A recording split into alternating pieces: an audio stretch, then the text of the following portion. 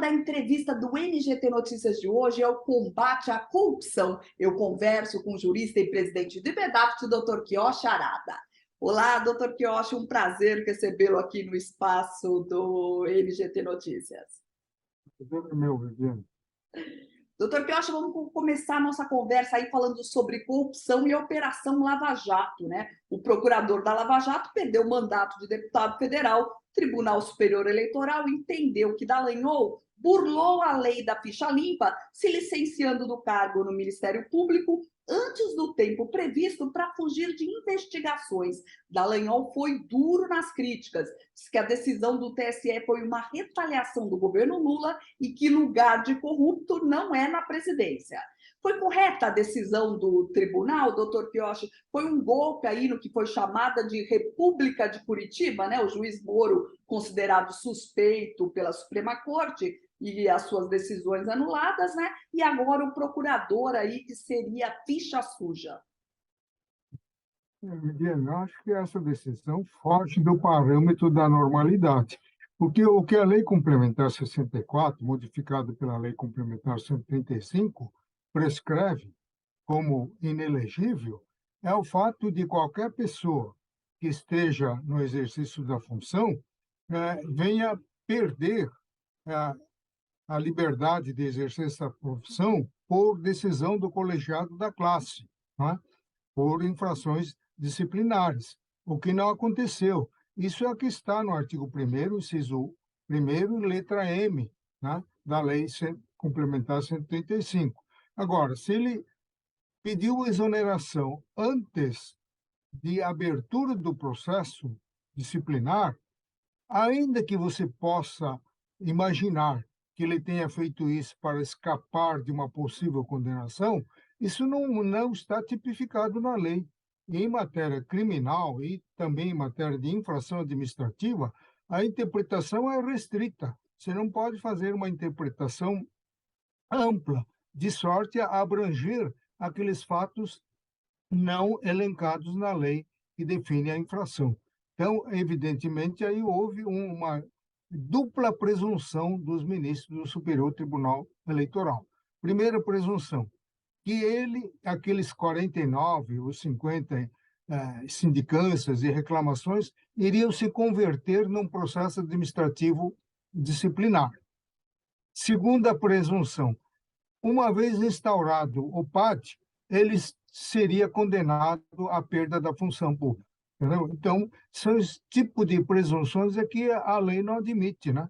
Imagine você começar a condenar as pessoas por presunção e não por prova concreta dos fatos, né? Então, aí houve um exagero do Superior Tribunal de Justiça, de maneira que cabe, inclusive, falar em ato de vingança, né? Doutor Quioche, exatamente isso que o Dallagnol falou, disse aí que a Justiça Eleitoral fez um exercício de futurologia, né? E é realmente um ato aí de revanchismo contra toda a Operação Lava Jato. E aí, Viviane, ficou difícil para o Dallagnol sair desse emaranhado, dessa confusão, porque não se trata aí de cassação de mandato. Se fosse cassação de mandato por falta de decoro parlamentar, iria para a Câmara poderia reverter essa decisão.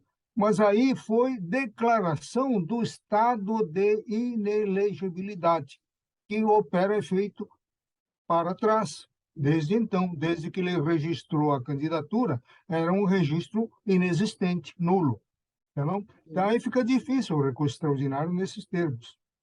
Perfeito. E, doutor Quioche, teve mais ataques aí à Lava Jato com o afastamento do atual juiz da operação, Eduardo Apio, né? Ele teria aí acessado um processo com contato do filho de Marcelo Malucelli, que é o desembargador afastado da operação, e feito uma ligação aí ao João, que é filho dele, né? Sócio da esposa Sérgio Moro. Uma história estranhíssima, doutor Quioche, e a Operação Lava Jato aí continua se rastejando para sobreviver, não é? Eu acho que não vai sobreviver nesse governo, né? Porque muitos dos integrantes do governo são aqueles que foram punidos pela Operação Lava Jato, né? Então é natural essa reação, uma vez que eles estão no poder, né? Então vai acabar acabando com todos os vestígios da Lava Jato, né? Doutor, eu achei no combate à corrupção, né, que quando a gente fala assim, acabou a Lava Jato, a gente fica com aquela impressão do combate à corrupção, que a corrupção aí volta a correr solta pelo Brasil, né? Mas aí no combate à corrupção a gente vê a condenação do ex-presidente Collor em uma ação da Operação Lava Jato. Ele é acusado aí de crimes de corrupção passiva, lavagem de dinheiro, organização criminosa, e essa decisão aí da Suprema Corte pode indicar aí que ainda podemos ter esperança que a corrupção não será tolerada no Brasil, doutor Quioche? Essa denúncia que culminou com o exagero da condenação a 33 anos e 10 meses de prisão é uma denúncia antiga, né? Se fosse agora, não iria prevalecer, né?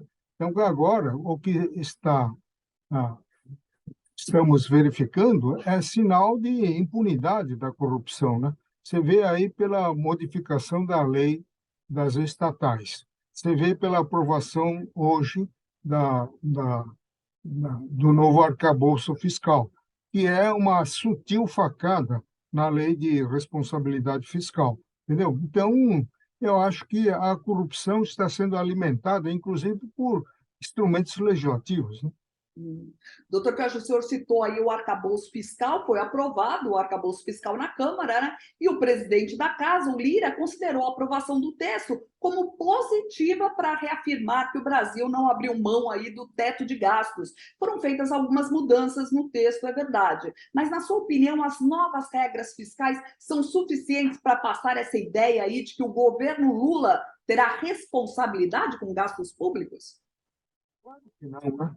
Isso é sinal de irresponsabilidade. Estamos inaugurando uma era de irresponsabilidade no manuseio de recursos públicos, né?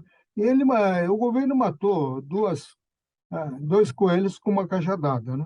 Primeiro é que ele pode gastar de uma forma desmesurada sem sofrer qualquer tipo de sanção. Outra vitória do governo com isso é que possibilita a expansão da receita tributária, né? Você já vê que o governo Lula mandou a medida provisória lá para o Congresso, o 1171 de 2023, que cria tributação de rendas auferidas no exterior por pessoas físicas domiciliadas no Brasil. Quer dizer, a lei brasileira tem a força de gerar efeito lá no exterior. Se você aplicar qualquer aplicação financeira nos Estados Unidos, no Japão, Canadá, e gerar recursos, a lei brasileira vai lá buscar a sua parte na receita. Entendeu? Isso é um absurdo. Doutor, que eu acho, mudando de assunto, aí vamos falar sobre os ataques racistas ao jogador brasileiro Vini Júnior, né, que atua no campeonato espanhol La Liga, né? O governo brasileiro pediu até explicações à Espanha pelo ocorrido, e isso fez lembrar como o Brasil é um país racista. Só na capital paulista, doutor Pioche, são registrados 7 crimes dessa natureza por dia. Em comparação ao ano passado, os crimes de racismo cresceram mais de 700% aqui na capital paulista. Infelizmente, doutor Pioche, estamos bem longe de querer dar aí algum exemplo para o mundo, não é mesmo? Eu fiquei até assustado com a repercussão intensa na mídia, esse episódio do jogo lá na Espanha, né? Convocar embaixador da Espanha para dar explicações é o que faltava. Não tem sentido nenhum, como se a Espanha, o governo espanhol, tivesse alguma participação nesse episódio.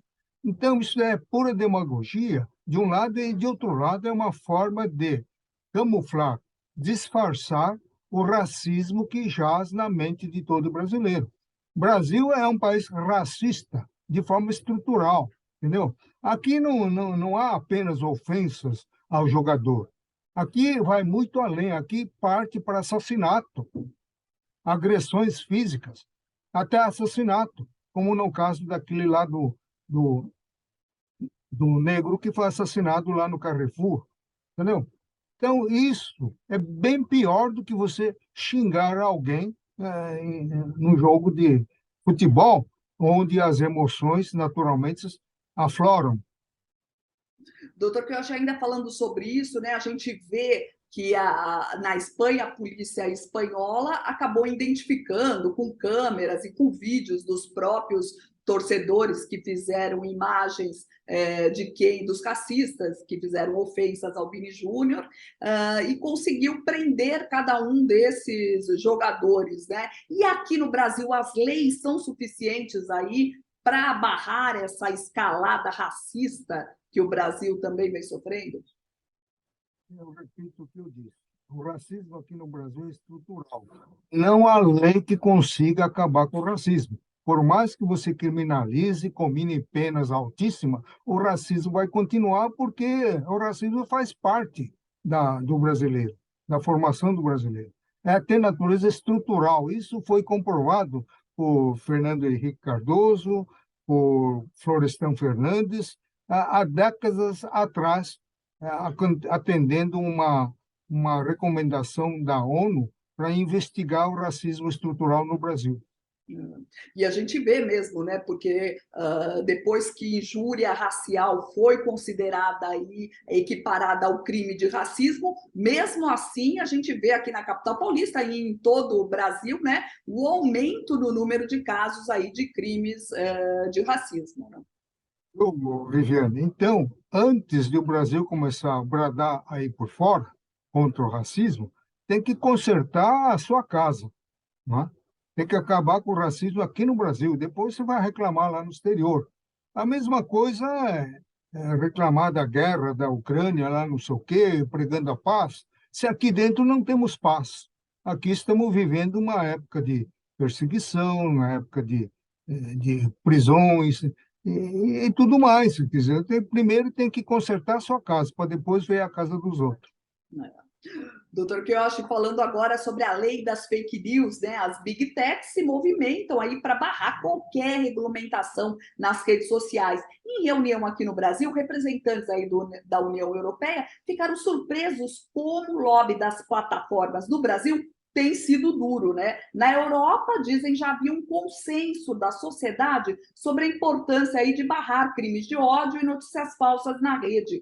Aqui no Brasil, o debate foca a liberdade de expressão. No final dessa história, doutor Quiochi, será que o Brasil vai conseguir aí regular as redes sociais no que interessa, no controle das fake news, sem interferir na liberdade de expressão? O combate à fake news é louvável, é bom, mas há o perigo de descambar para tolher a liberdade de expressão das pessoas. Aí é ruim, não é? Uma vez que você aprova uma lei nesse sentido, responsabilizando as plataformas pelo conteúdo contido nas mensagens que eles divulgam, pode transformar as plataformas em um prévio censor. Eles têm que censurar, porque senão eles serão responsabilizados. Isso é um grande mal. Eu acho que a desinformação é um mal que tem que ser combatido, principalmente pela informação correta, não é? Agora, a censura, não há remédio contra a censura, né? Vamos voltar na época da ditadura, né? Então, isso é muito ruim, né? Doutor Quiochi, a gente vê na União Europeia, né, a Europa toda discutindo regular as mídias sociais, no sentido aí, é claro, de controlar a disseminação de notícias falsas. E agora o passo seguinte lá já está em controlar a inteligência artificial, o chat GPT, né, que faz muito sucesso em todo mundo. Então tem-se essa preocupação de controlar a inteligência artificial. O Brasil ainda deve discutir isso também, mais lá para frente. A gente primeiro precisa fazer esse arranjo da regulação das redes sociais, que seja um arranjo bom, que contenha aí os crimes de ódio nas redes sociais, principalmente protegendo crianças e adolescentes, para futuramente aí falar sobre inteligência artificial, é claro, sempre preservando a liberdade de expressão, né, doutor Quiochi? É importante que faça uso de modernas tecnologias para controlar as informações que não correspondem à verdade, mesmo porque todo dia nós somos vítimas dessas informações e ao ponto de a gente ficar sem saber o que é verdade e o que não é. Agora, como eu disse, é preciso um cuidado todo especial para que, em nome dessa triagem do que é certo e do que não é, não venha cercear a liberdade de expressão, não é? Porque uma vez que alguém extrapolou as fronteiras dessa liberdade e partiu para a infração, sempre é possível você responsabilizá-lo, não é? E criminalizar.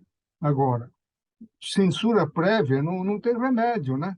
Isso você acaba com o próprio fundamento da democracia, que tem um dos pés assentado exatamente na liberdade de pensamento, né? Sem dúvida. Doutor Piocha, Por nosso isso tempo... que censura, esse tipo de lei, vigora lá em Nicarágua, vigora na China, vigora na Venezuela, né? Mas não nos países democráticos como os Estados Unidos, que é um exemplo, né? Sem dúvida. Doutor Piocha, nosso tempo terminou. Eu queria muito agradecer sua presença aqui no NGT Notícias. Esse foi o jurista e presidente do IBEDAT, Dr. Piocha Arada, falando aqui no NGT Notícias de hoje. Muito obrigada pela sua companhia e eu te aguardo na próxima edição do nosso telejornal. Até mais!